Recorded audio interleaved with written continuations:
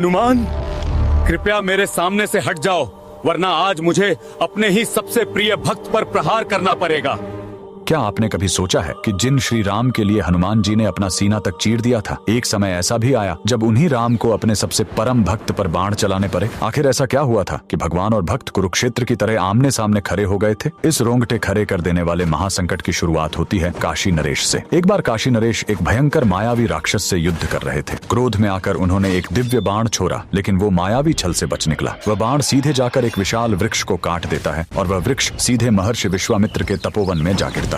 महर्षि की वर्षों की तपस्या भंग हो गई। उनका क्रोध अग्नि बनकर भड़क उठा। वे तुरंत श्री राम के पास पहुंचे और न्याय की मांग की। अपने गुरु का सम्मान करते हुए श्री राम ने भयानक प्रतिज्ञा कर ली। गुरुदेव, आज सूर्यास्त से पहले काशी नरेश को मृत्युदंड मिलेगा। उधर मृत्यु के भय से कांपते हुए काशी नरेश भागकर माता अंजनी के पास पहुंचे और उनके चरणों में गिर पड़े। माता ने बिना पूरी बात जाने उसे प्राण रक्षा का वचन दे दिया और यहीं से खड़ा हुआ ब्रह्मांड का सबसे बड़ा धर्म संकट। एक ओर माता का दिया हुआ वचन और दूसरी ओर प्रभु श्री राम की अटल प्रतिज्ञा। हनुमान जी की आंखें भर आईं। प्रभु के विरुद्ध जाना असंभव था, लेकिन माता का वचन तोड़ना भी तो धर्म के खिलाफ था। संध्या का समय निकट था। श्री राम अपना अजेय धनुष लेकर रणभूमि में आए, लेकिन सामने कोई शत्रु नहीं बल्कि उनके अपने हनुमान खड़े थे। श्री राम ने गरज कर कहा, हनुमान, मार्ग छोड़ दो। पवन पुत्र ने हाथ जोड़कर और आंखें झुकाकर कहा, क्षमा करें प्रभु, आज मुझे अपनी माता के वचन की रक्षा करनी होगी, चाहे इसके लिए मेरे प्राण ही क्यों न चले जाएं। क्षण भर के लिए मानो समय की धड़कन रुक गई। श्री राम ने अपना धनुष उठाया और अग्नि जैसा प्रचंड बाण छोड़ दिया, लेकिन हनुमान जी अपनी जगह से हिले तक नहीं। उन्होंने आंखें बंद की और बस राम राम का जप करते रहे। वो विनाशकारी बाण उन्हें छू भी न सका। एक के बाद एक कई दिव्य बाण चले, पर हर बार वही परिणाम। राम का नाम राम के बाणों से ज्यादा शक्तिशाली साबित हो रहा था। अब श्री राम ने गंभीर स्वर में कहा, अब ब्रह्मास्त्र ही अंतिम उपाय है। आकाश कांप उठा, दसों दिशाओं में हाहाकार मच गया। ब्रह्मास्त्र छोड़ा गया, लेकिन हनुमान जी अब भी अडिग थे। उनके होठों पर सिर्फ एक ही नाम था, राम। तभी आसमान से साक्षात देवता प्रकट हुए और महर्षि विश्वामित्र से बोले, हे महर्षि, इस धर्म संकट से ब्रह्मांड का संतुलन बिगड़ जाएगा, कृपया अपनी प्रतिज्ञा वापस ले लें। हनुमान की यह अकल्पनीय भक्ति देखकर महर्षि विश्वामित्र का क्रोध आंसुओं में पिघल गया। उन्होंने कहा, राम रुक जाओ, ऐसी असीम भक्ति के सामने दुनिया का कोई वचन, कोई प्रतिज्ञा बरी नहीं होती। मैं तुम्हें अपने वचन से मुक्त करता हूँ। श्री राम ने तुरंत अपना धनुष नीचे फेंक दिया और द्वार कर हनुमान जी को अपने सीने से लगा लिया। उस दिन भगवान ने खुद सिद्ध कर दिया कि भगवान से भी बड़ा भगवान का नाम होता है। अगर आपको भी हनुमान जी की इस अटूट भक्ति और राम नाम की ताकत पर पूर्ण विश्वास है तो कमेंट्स में जय श्री राम